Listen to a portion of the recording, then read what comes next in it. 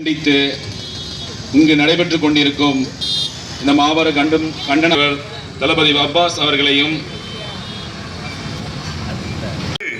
விழித்தர வேண்டும். இந்த தருணத்தில் ஒரு சந்தோஷமான செய்தியை உங்களுக்கு நினைவுபடுத்துகின்றேன். இன்றைய மதியம் ஒரு செய்தி வந்தது. என்ன செய்தி என்று பார்க்கும் பொழுது, ஒன்றிய கல்வி அமைச்சர் தர்மேந்திர பிரதான் பதவியிலிருந்து விலக்கப்பட்டிருக்கின்றார் என்ற செய்தி இந்த போராட்டத்தில் கிடைத்திருக்கக்கூடிய முதல் வெற்றி என்பதை நினைவுபடுத்துகின்றேன். ஒட்டுமொத்த இந்திய தேசத்திலும் அங்கே ஒரு மாதமாக போராடி கொண்டிருக்கக்கூடிய நம்முடைய தோழர்களுக்கும் ஒட்டுமொத்த இந்திய தேசத்தில் இருக்கக்கூடிய மாணவ செல்வங்களும் இளைஞர்களும் அறவழியிலே போராடி கொண்டிருக்கக்கூடிய ஜனநாயக அமைப்புகளும் செய்திருக்கக்கூடிய ஒரு மிகப்பெரிய போராட்டத்துடைய விளைவு ஒன்றிய பாஜக அரசுடைய அமைச்சர் கல்வி அமைச்சர் தர்மேந்திர பிரதான் அவர்கள் விலக்கப்பட்டிருக்கின்றார். மாணவ செல்வங்களுக்கு எதிராக ஏழை எளிய மக்களுக்கு எதிராக நடத்தி கொண்டிருக்கக்கூடிய யுத்தத்திற்கு எதிராக நாம் கிளர்ந்தெழ வேண்டும். சிந்திக்க வேண்டாமா? அதுக்கு முன்னாடி படிச்சிருக்கக்கூடிய பொறியாளர்களுடைய திறமைகளை என்ன ஆயிருச்சு? தோழர்களை நாம் புரிந்து கொள்ள வேண்டும். இந்த ஒன்றிய பாஜக அரசை எதிர்ப்பதற்கு இங்கே ஒன்றை நினைவுபடுத்த கடமைப்பட்டிருக்கின்றேன். சிஜேபி என்று சொல்லக்கூடிய கரப்பாம்பூச்சி ஜனதா கட்சி அந்த ஜந்தர் மந்திரிலே கால் எடுத்து வைக்கும் பொழுது ஒரு செய்தியோடு உள்ளே வந்தார்கள். 3 செய்திகளோடு, 3 குறிக்கோளோடு, 3 கோரிக்கைகளோடு உள்ளே வந்தார்கள். என்ன அந்த 3 கோரிக்கை தெரியுமா? 1, நீட் தேர்வை ரத்து செய்யப்பட வேண்டும்.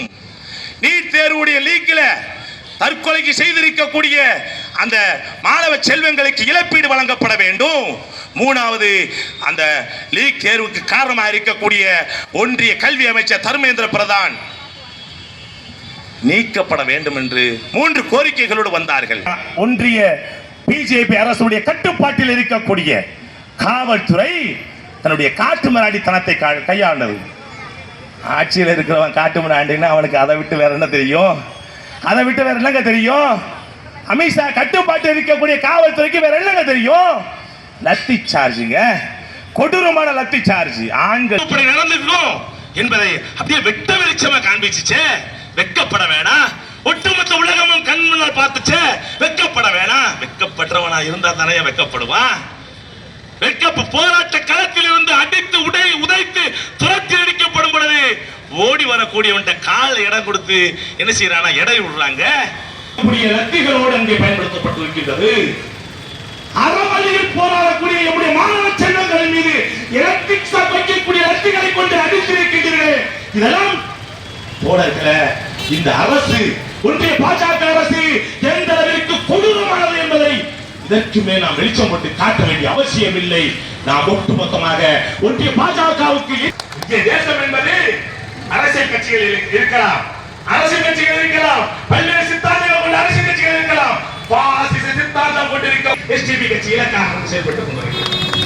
தோழர்களை இந்த காட்டு மிராண்டித்தனமான அடிச்சதுனால தங்களுடைய கோரிக்கையை மாற்றுகின்றார்கள். இது பிஜேபிக்கு கைவந்த கலங்க. பிஜேபி பொறுத்தவரை, ஆர்எஸ்எஸ் சித்தாந்தத்தை பொறுத்தவரை தங்களுடைய இலக்கை அவர்கள் அடைந்தே தீர்வார்கள். அதற்காக எந்த அளவிற்கான தியாகம் செய்கிறானோ இல்லையோ, எவ்வளவு கேவலமாக நடக்க முடியுமோ, எவ்வளவு அநாகரிகமாக நடக்க முடியுமோ அத்தனையும் செயல்படுத்துவதற்கு ஆர்எஸ்எஸ் சித்தாந்தம் உருவாக்கப்பட்டிருக்கிறது. அப்படி உருவாக்கப்பட்ட சித்தாந்தம் தான் ஆர்எஸ்எஸ். ஏன்னா 2023